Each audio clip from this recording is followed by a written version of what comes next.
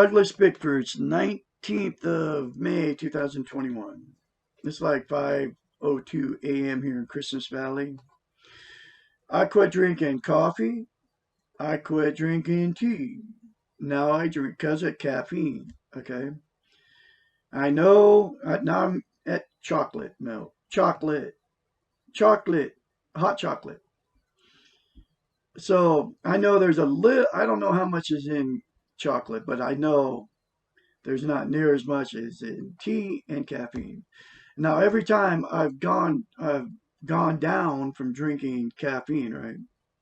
I went from a cup of coffee, 1 cup of coffee a day has 100 milligrams of caffeine. That's a lot of caffeine, folks. It's not good for you. Then I went to tea, which is 25 milligrams for a cup of tea. Now I have to Google search what a cup of hot chocolate has in it. But each time I quit drinking caffeine, I get withdrawals. Okay. I mean, it's crazy, but caffeine's a drug. Anyway, that's not what this video is about. This video is for you that are down and out. You've hit rock bottom. You're lost. You're confused. You don't know where you're going. You lost a love relationship. You lost any kind of pain you're in. One of your animals died. Your parents died. Your grandparents died. You don't know where to turn. That's why I'm here. Okay, because I got the cure for you. And the cure for you, and this is a message for you, and it's from God. If you don't believe God, it's from goodness. Okay, it's come from me, inside of me. He's one who inspired me to do these videos. The message for you is look yourself in the mirror and say, I love you. And that's it.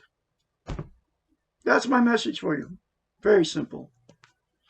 Let go of your weak ego. Let go of everything you've been taught about what life is, where God is. You will find out the answers to life if one simple concept, and this is the way God made it, or goodness made it, if you don't believe in God, like I said. This is the way goodness intended it, God intended it, to be simple. And what's happened is everybody's destroyed the simpleness of how to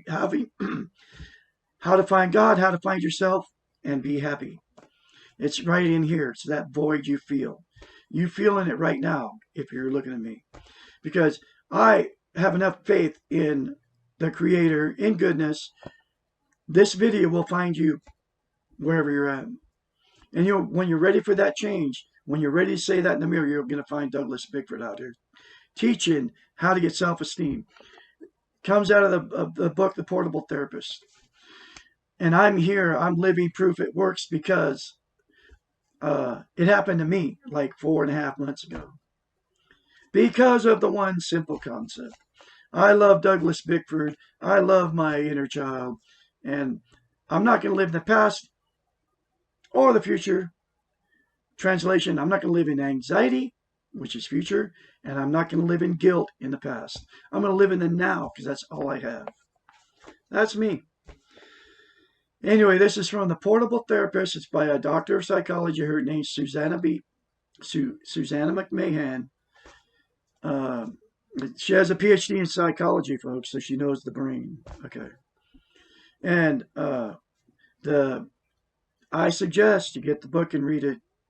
Very important. It's in the description. The link is in the description of how to go get this book. Anyway, this is chapter 36. How can I let go? Previous questions have emphasized the importance of letting go.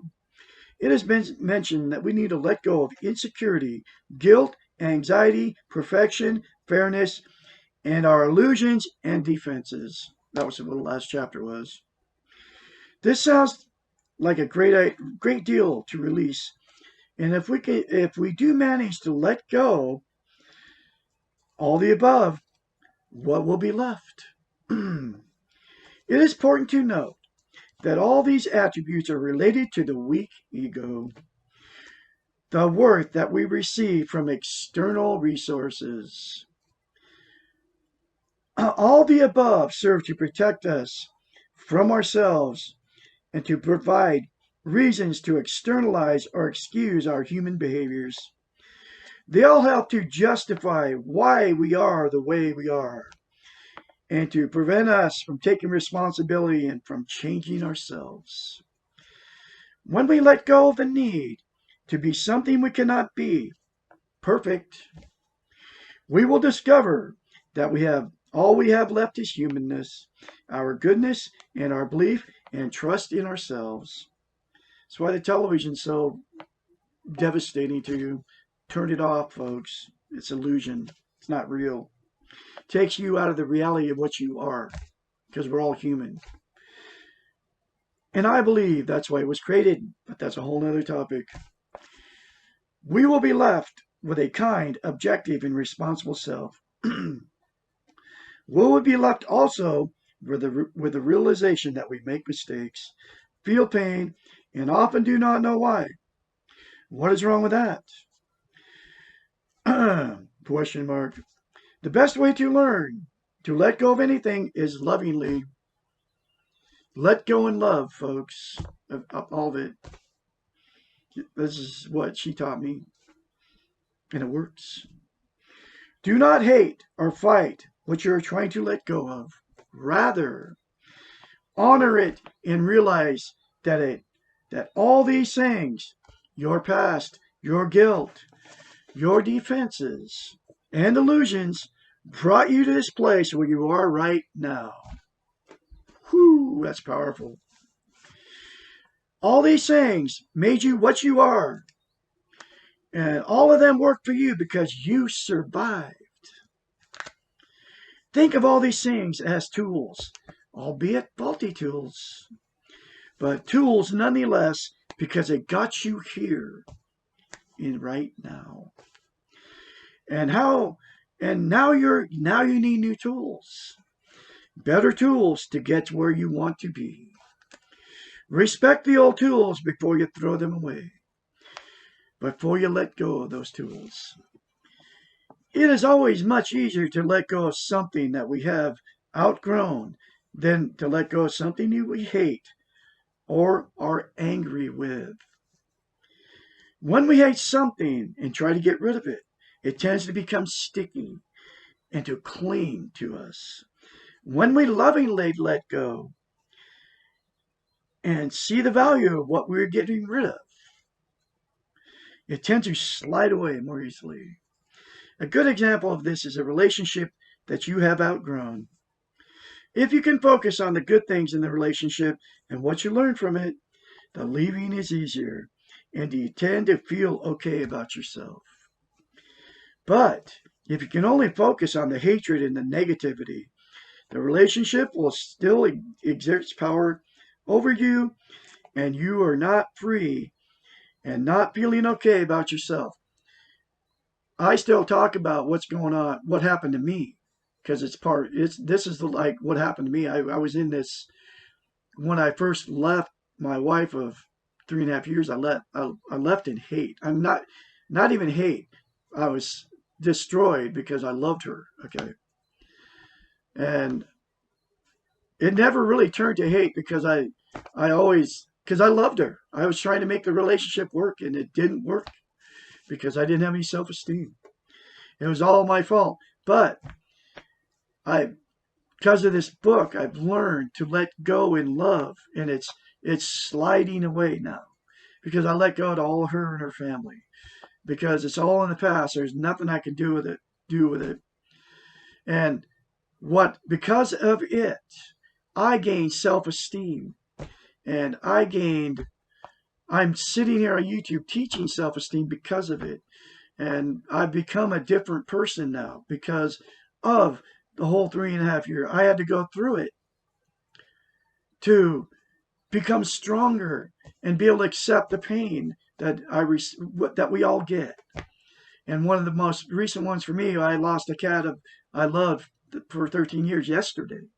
Okay, I had to deal with that pain. Okay, and I had to let go to her name was Lady in love. And I can't talk about it because I'll start crying. It's been so recent, okay? But anyway, that's just an example of what's happened to me because of it. When we lovingly let go and see the value of what we're getting rid of, it tends to slide away more easily. A good example of this is a relationship that you've outgrown, which I outgrew the one I was just with. If you can focus on the good things in the relationship and what you learn from it, the leaving is easier and you tend to feel okay about yourself. But if you can only focus on the hatred and negativity, then the relationship still exerts power over you and you're not free and not feeling okay about yourself. Honor all of these things that you want to let go of. Look at each one of them and remember how they worked for you. Appreciate them for getting you here. Tell yourself now you are strong enough and responsible to yourself. You no longer need what you once needed, and I don't need any of the past that got me here that caused me much pain. All of the development means letting go and moving on. When we need a crutch, it is nice to have one handy. When we no longer need it, we can gently and lovingly put it away. The more self-esteem you develop, the more crutches you will put away. And I'm putting away crutch after crutch, folks. And it's like a miracle in my life. It's changing me.